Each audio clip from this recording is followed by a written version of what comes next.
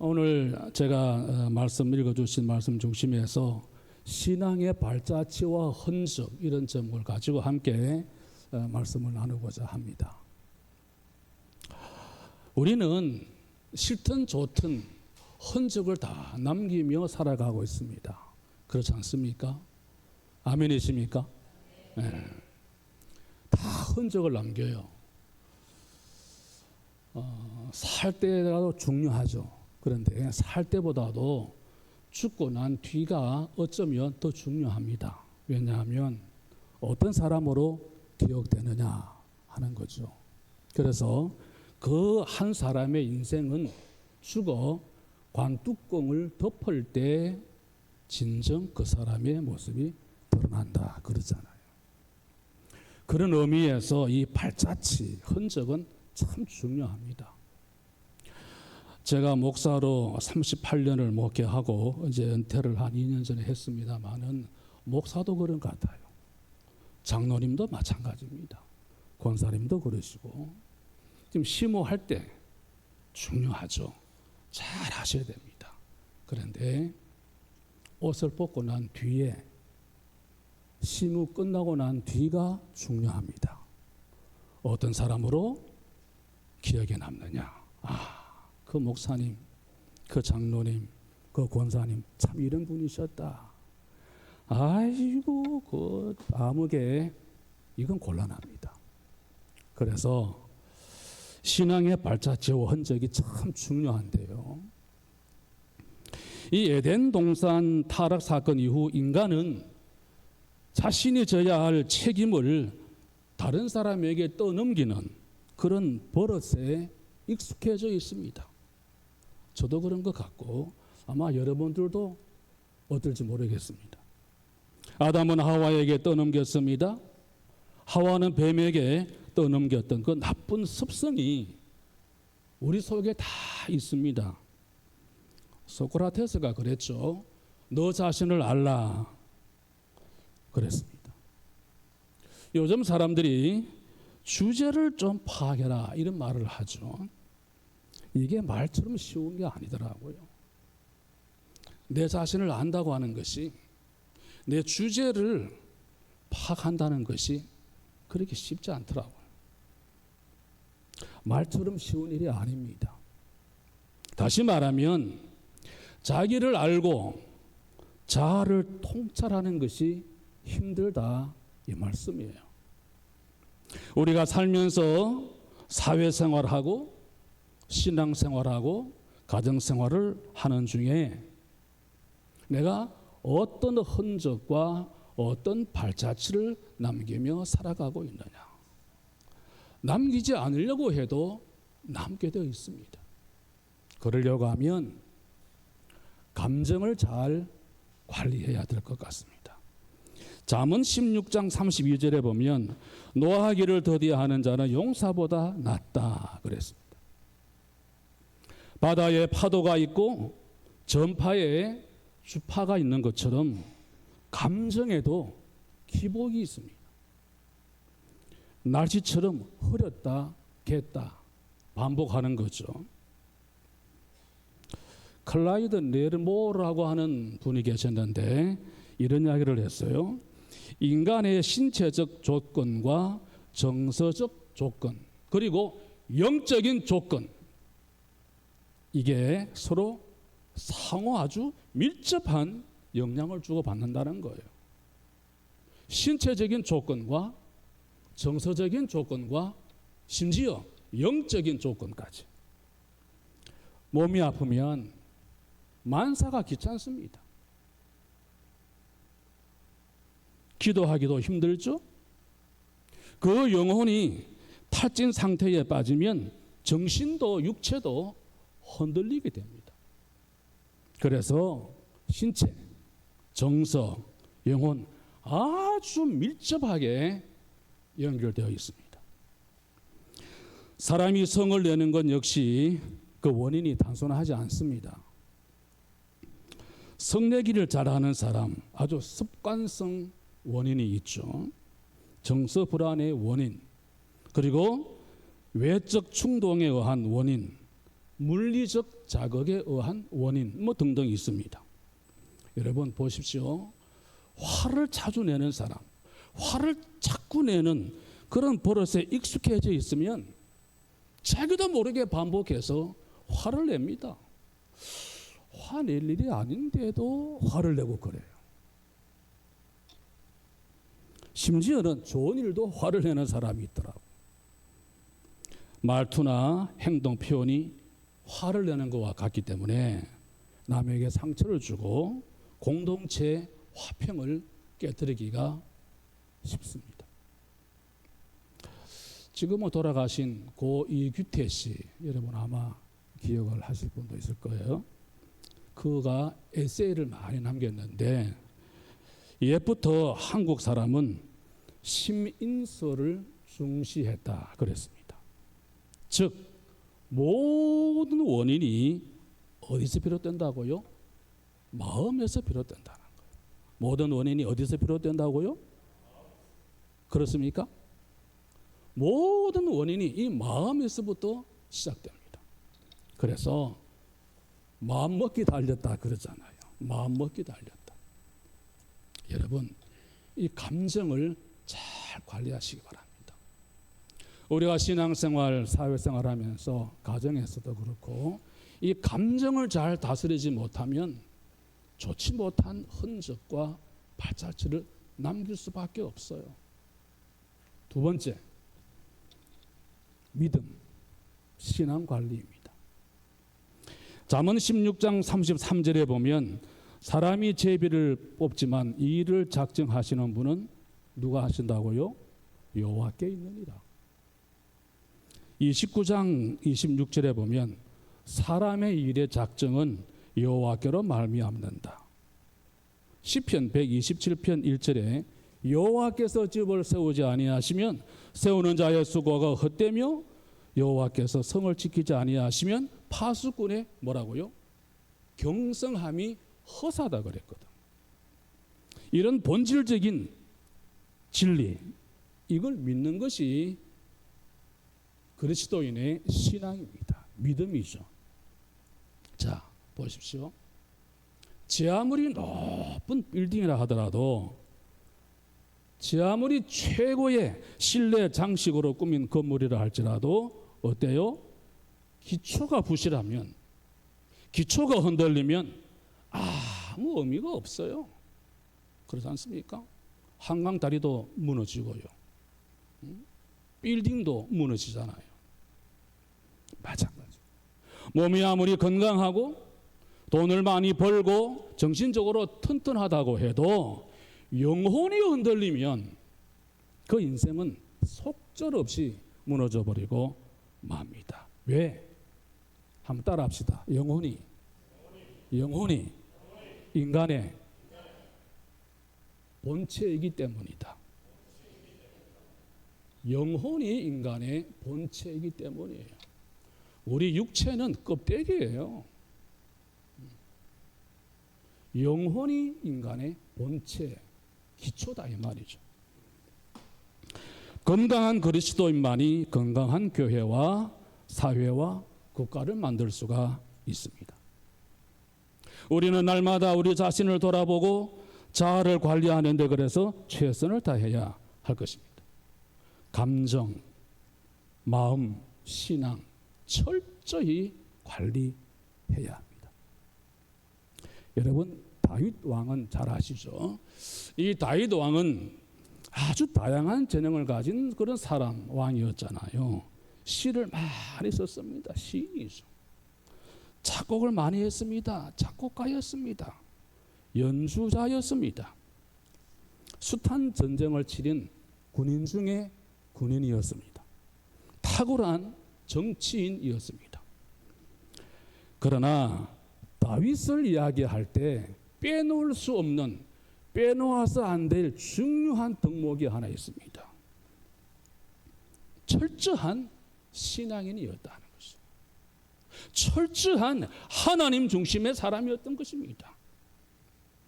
그가 쓴 시를 보십시오. 대부분 다 왕이 된 후에 시를 썼는데 뭐라 그랬습니까? 주는 나의 반석, 주는 나의 힘, 주는 나의 방패시요, 나의 산성이시요, 요새시요, 피할 바위시요, 주님이 나의 구원이시다. 왕이 한 이야기예요. 왕이 한 번도 자기가 왕이라고 해서 내가 주다, 내가 곧 힘이다, 내가 요새다, 내가 구원한다 이렇게 말한 적이 없어요. 철저한 신앙인이었습니다. 이런 신앙의 뿌리가 무엇이라고 생각하십니까? 신학교에서 배웠을까요? 대학원에서 배웠을까요? 아니면 왕립학교에서 배웠을까요? 아닙니다. 가정에서 아버지와 어머니를 통해서 다윗이 배웠습니다. 다윗의 아버지 이새는 베들레헴에 농업과 목축을 하는 그 동네 유지였습니다. 이새가 어떤 사람이었다, 이새의 부인이 어떤 여인이었다, 성경에 자세한 기록은 없죠. 그런데 이사야 11장 1절을 보시면 이새의 줄기에서 한 싹이 나며 그 뿌리에서 한 가지가 나서 결실할 것이다 그랬습니다. 이새의 후손 중에 메시아이신 예수 그리스도께서 태어난다 이런 말씀이죠. 이새가 타락하고 그 아버지가 방탕방종하고 못된 짓 하는 사람이었다면 하나님이 그를 예수의 조상 다윗의 아버지가 되게 하셨을까요? 다윗의 어머니 성경에 언급된 적이 없습니다. 그런데 다윗은 여러 차례 자기 모태를 이야기하고 있습니다. 시편 22편 9절 말씀 보면 오직 주께서 나를 모태에서 나오게 하시고 내 어머니의 젖을 먹을 때 의지하게 하셨나이다. 모태에서 젖을 먹고 자랄 때부터 하나님을 의지하게 하셨다. 이 말씀.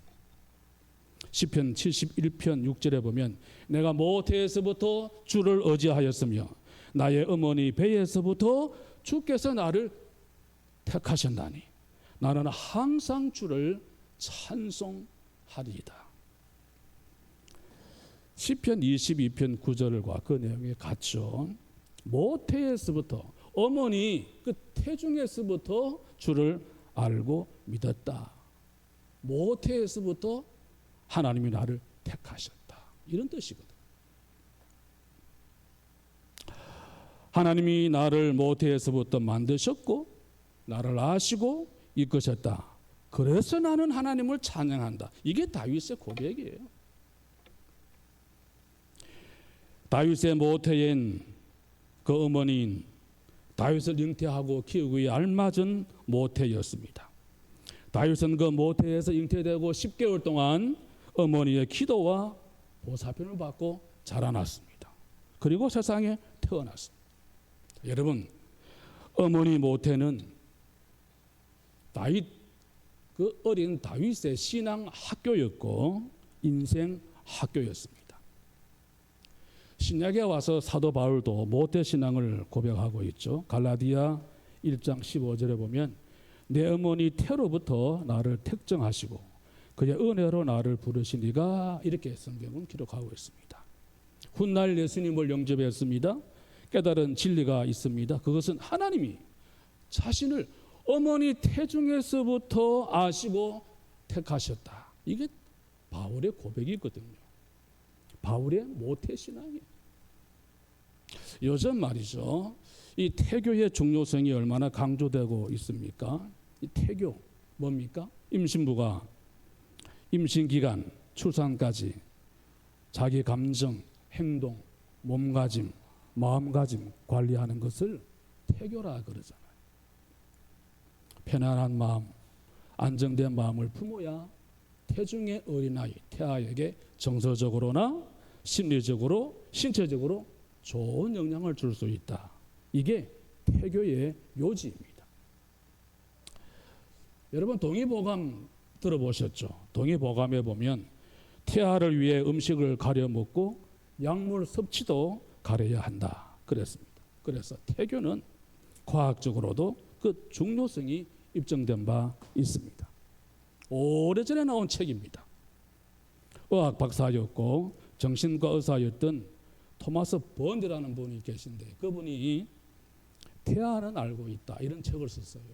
혹시 읽어보신 분이 계신가요? 태아는 알고 있다.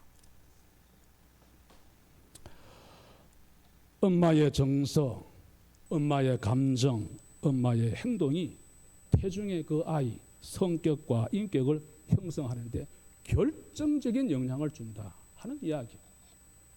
16주가 되면 빛에 민감해집니다. 28주에서 32주가 되면 의식이 삭트고 태아의 동작이 시작된다고 합니다. 보통 어머니 뱃속에 아기가 막 복중에 막 발차기를 하잖아요. 그 기분 좋아서 하는 것이 아니고 공포, 불안, 분노의 영향을 받았을 때 보이는 행동이다. 그 책에 그렇게 기록되고 있어요. 6개월이나 7개월이 되면 기억 능력을 갖게 된다는 것입니다. 그러니까 무슨 이야기예요?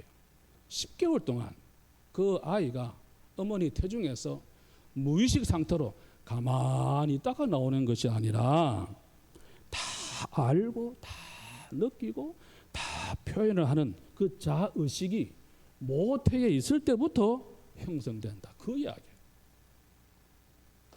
모태에 머무는 동안에 어떤 영향을 받느냐, 어떤 노래를 듣느냐, 어떤 이야기를 들었느냐, 엄마와 함께 어디를 갔느냐, 누구를 만났느냐, 어머니가 어떤 생각을 했느냐, 그 어린아이의 성격과 인격을 결정하고 인생을 결정한다.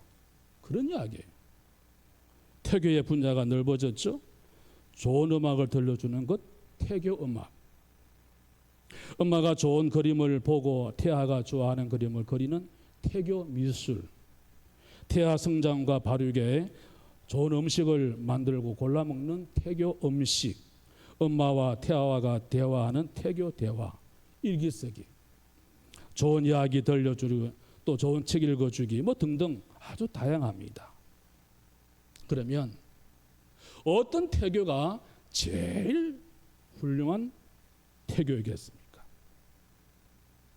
태아를 위해서 찬송을 부르고 찬송을 들려주고 기도를 해주고 예배를 드리는 그 태교보다도 더 좋은 태교가 없다고 저는 생각하는데 아멘이십니까? 아멘이십니까? 그렇습니다. 여러분 신앙이 자란 교회를 뭐라 그러죠? 모교회라 그러죠. 태어나고 자란 나라를 모국, 자기 나라 말을 모국어, 다니고 졸업한 학교를 모교라 그러고 내가 다니고 신앙이 자란 교회를 모교회라 그럽니다. 어머니의 정을 모정이라 부르고 태아가 머물던 곳을 모태라고 합니다. 넓은 의미에서 모국, 모교, 또 모교회 다 모태 역할을 해야 합니다. 대한민국은 저와 여러분 우리가 태어나고 자란 나라입니다. 대한민국에 살고 있는 다른 나라에 살고 있던 건 상관없습니다. 모국을 배신하고 등지는 것은 아주 잘못된 것이죠. 국민이 떠나고 싶은 나라, 살기 싫은 나라로 만드는 것도 정치인들이 크게 잘못하는 거죠. 며칠 전에 우리가 광복절을 보냈습니다. 36년 동안 나라 빼앗긴 서름을 안고 살았습니다. 지금도 일본 사람들은 대한민국 우리가 잘 먹고 잘 사는 것을 썩 그렇게 원하지 않습니다. 미국, 글쎄요, 중국, 러시아, 정치적으로, 경제적으로, 지정학적으로 우리를 다 애워싸고 있죠. 그러나 틈만 생기면 언제라도 다 등 돌릴 나라입니다. 등 돌릴 사람들이 다 자기 나라 이익을 위해서 우리나라를 돕는 거예요. 우리나라가 처한 상황이 그렇습니다. 정신을 바짝 차려야 합니다. 힘을 모아야 하겠죠. 정치를 책임진 사람들이 할 일이 있습니다. 이 조국 대한민국의 품을 모태처럼 따뜻하고 편하게 만들어야 하지 않겠습니까? 그래서 우리는 싫든 좋든 대통령, 정치인들을 위해서 밉든 곱든 기도를 해야 될 책임이 우리에게 있는 거죠. 교회도 마찬가지. 행복한 교회, 그리운 교회, 잊을 수 없는 교회, 몸은 떠나 있지만 잊을 수 없는 교회, 기억이 되살아나고 추억이 떠오르는 교회, 그 교회가 바람직한 모교회, 모태교회입니다. 서두에 말씀 들었습니다만 저 어머님은 이 교회를 떠난 지 1년이 지난 지금도 주담교회를 말씀하신다 그랬잖아요. 반대로 떠올리고 싶지 않는 교회, 생각만 해도 지긋지긋한 교회, 상처만 남은 교회, 신앙생활이 망가진 교회, 이건 모태교회가 아닙니다. 개혁자들은 교회를 어머니라고 했죠. 모태처럼 아늑하고 평온하고 생명을 지키고 키운 곳이어야 하기 때문입니다. 여러분, 모태교회가 되려고 하면 교회가 평안해야 합니다. 우리 주담교회는 주님을 닮은 주담교회라서 뭐 그런 일은 없으리라고 생각을 합니다. 아멘을 안 하시네요. 우리 주변에 그렇지 못한 교회가 많습니다. 시끄러운 교회가 덜어 있습니다. 울산에는 없는가요? 교회가 시끄럽고 흔들리면 교인들이 실정을 느끼고 교회를 떠납니다. 요즘 사람들은요, 냉면 한 그릇을 먹어도 맛집을 찾아갑니다. 거리 상관하지 않습니다. 커피를 한 잔 마셔도 차를 1시간, 2시간 타고 저 외곽에 있는 카페를 찾아가잖아요. 영혼의 안식처, 태아가 건강하게 자랄 영적 고향이 실정이 나고 한심스럽다면 누가 남겠습니까? 누가 찾아오겠습니까? 그런 면에서 여러분의 책임이 큽니다. 그런 면에서 오늘 한국교회를 섬기는 여러분과 저 먼저 믿는 우리의 책임이 크다 이 말입니다. 좋은 교회, 행복한 교회, 건강한 모태교회 만들 책임이 누구에게 있습니까? 대답이 없으시네. 누구에게 있습니까? 목사님에게 있습니까? 장로님에게 있습니까? 그 책임이 내게 있습니다. 죄송하지만 한번 따라 하십시다. 그 책임이 나에게 있습니다. 아멘이십니까? 그러니까 교회 탓할 것 없어요. 책임이 내게 있는데. 그 교회 때문에, 그 암흑의 때문에 상처받고 망가졌다. 그런 이야기 들어서 되겠습니까? 후손들이 나는 그 교회를 잊을 수가 없다. 내가 그 교회를 떠났지만, 떠난 지가 30년, 40년이 되었지만 그 교회를 잊을 수가 없다. 이런 교회가 되어야 되지 않겠어요? 교회는 내 믿음의 고향입니다. 내 믿음의 모태입니다. 거기서 자랐고 영향을 받고 그리스도인이 되었다 하는 것입니다. 다음으로 생각할 것은 가정과 부모가 모태가 되어야 합니다. 교회가 모태가 되어야 하듯이 가정이, 부모가 모태가 되어야 한다 그 말이에요.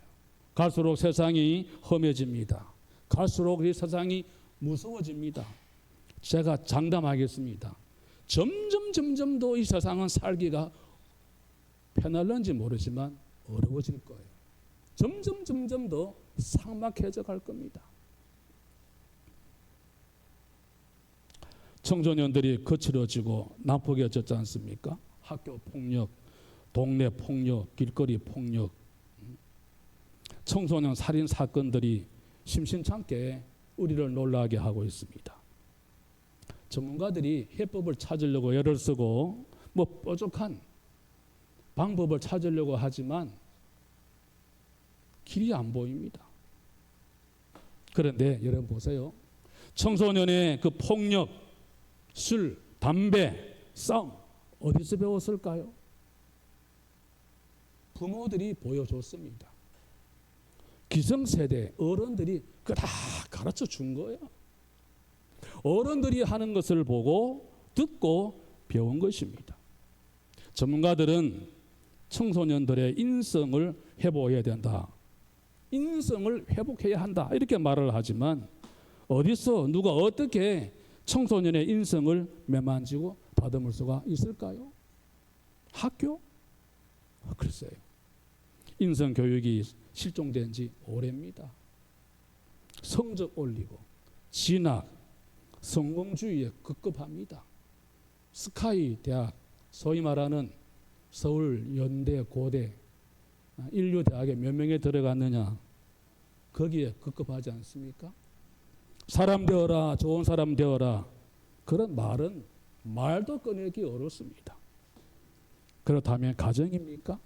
가정 또한 어떻습니까? 진학, 성적, 출세, 성공, 부자 되는 것이 최고의 가치가 되어버리고 말았습니다.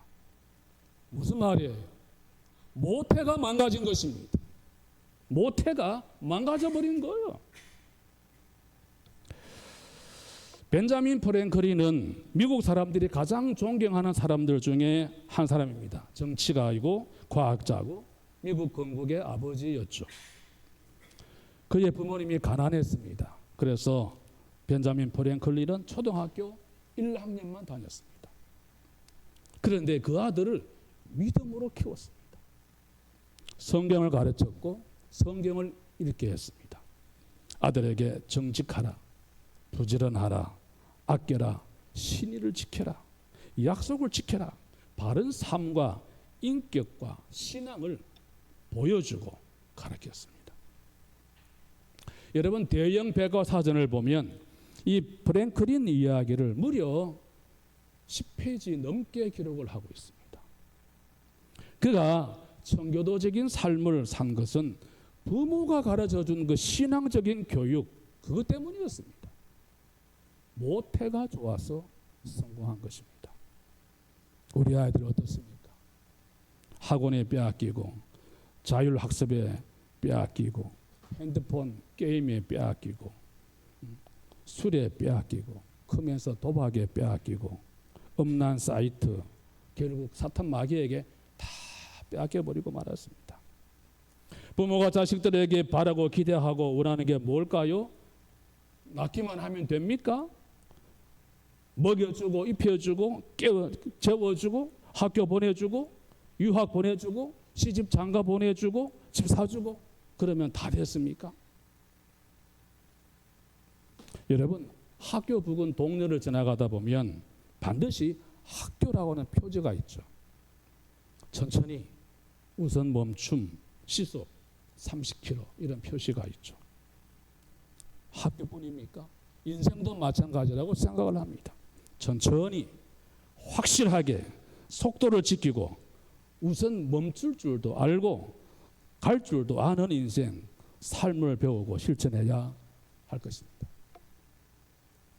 오래전에 어떤 방송 프로그램 가운데 영재발굴단이라는 그런 프로그램이 있었어요. 꼬마 에디슨이라고 하는 별명을 가진 아주 과학 영재 8살 홍준수라고 하는 어린애가 있었습니다. 그 8살짜리 그 홍준수 걔가 한 말이 지금도 기억에 남아 있습니다. 저는요, 성공하고 돈 벌면 99%를 기부할 거예요. 이런 이야기 한 거예요. 왜냐하면 빌 게이츠가 95%를 기부했는데 저는 빌 게이츠보다 더 많이 하고 싶으니까요. 이게 8살짜리 아이가 한 말이에요. 저는 그 아이의 모판이 참 좋다고 생각합니다. 그 모판이 어딜까요? 그 가정입니다. 그 모판이 그 교회가 되어야 하는 것입니다. 그런 꿈을 꾸게 해주는 가정, 그런 비전을 품게 하는 부모, 그의 그런 삶의 모형을 보여주는 부모라고 하면 멋진 모태 아니겠습니까? 말씀을 맺겠습니다. 주담교회 성도 여러분, 사람을 잘 키웁시다. 바른 신앙을 물려주도록 노력을 하십시다. 모태 신앙을 전승해야 합니다. 우리 세대가 세상을 떠난 뒤에 우리 후손들이 믿음의 고향을 이야기하고 그리워할 수 있는 그런 교회를 주담교회, 저는 교회 이름이 참 너무너무 좋은 것 같아요. 주담교회. 그러면 과연 주님을 닮은 교회입니까? 그러면 과연 내가 주님을 닮는 삶을 살아가고 있습니까? 한번 생각해 보시면서 여러분, 내가 과연 어떤 흔적과 어떤 발자취를 남기며 살아왔느냐. 연세 많으신 우리 부모님들 지금까지 살아오시느라고 수고를 많이 하셨는데 세상 떠나고 난 뒤에 내 자녀들이, 내 후손들이 뭐라고 이야기할 것인가 염두에 두시고 살아가시기 바랍니다. 그리고 젊다고 생각하십니까? 지금 그 일을 하지 않으면 안 되는 것입니다. 여러분, 옷은 입을 때보다도, 입고 있을 때보다도 벗을 때가 더 중요합니다. 올라갈 때보다도 내려올 때가 더 중요합니다. 사랑하는 주담교회 장로님 여러분, 어떤 장로님으로 남고 싶습니까? 권사님, 집사님, 성도 여러분, 나는 과연 어떤 흔적과 어떤 발자취를 남기며 살아오고 있었던가? 과연 내가 이 세상을 떠난 뒤에, 이 교회를 떠난 뒤에 후배들이 나를 뭐라고 불러줄까? 여러분, 내가 원하든 원치 않든 흔적과 발자취를 남기고 살아가고 있습니다. 다시 한번 곰곰이 생각해 보시면서 신앙의 흔적과 발자취를 잘 남길 수 있는 저와 여러분 될 수 있기를 주의 이름으로 축원합니다.